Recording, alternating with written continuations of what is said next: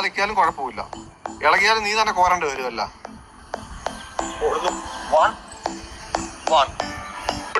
തിരിച്ചു വാ കുഞ്ഞോട്. Yes 1 10 number പോടാ. 2 nice. 1 tight your back. Chest up ചെയ്യോ.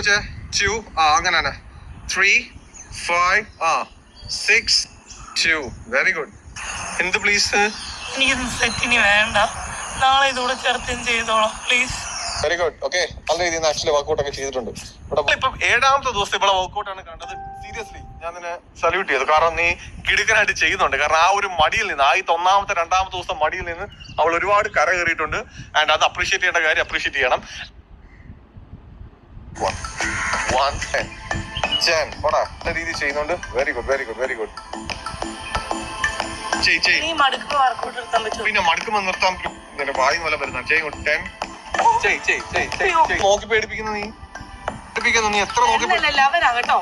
എണ്ണ 11 ആണെങ്കിൽ നീ കറക്റ്റ് ആയിട്ട് ചെയ്യണം. ഇല്ലെങ്കിൽ ഞാൻ കൗണ്ട് കുറയ്ക്കും. അത് വേറെ ഒരു സംശയമില്ല. ഞാൻ കൗണ്ട് കുറയ്ക്കും. നീ മാന്യമര്യാദ ചെയ്ത് ഞാൻ കറക്റ്റ് ആയിട്ട് വരണം. നീ ചായക്കകത്ത് വിമ്മ് അലക്കിയാലും കുഴപ്പമില്ല. ഇളകിയാലും നീ തന്നെ കോരേണ്ടി വരുമല്ല.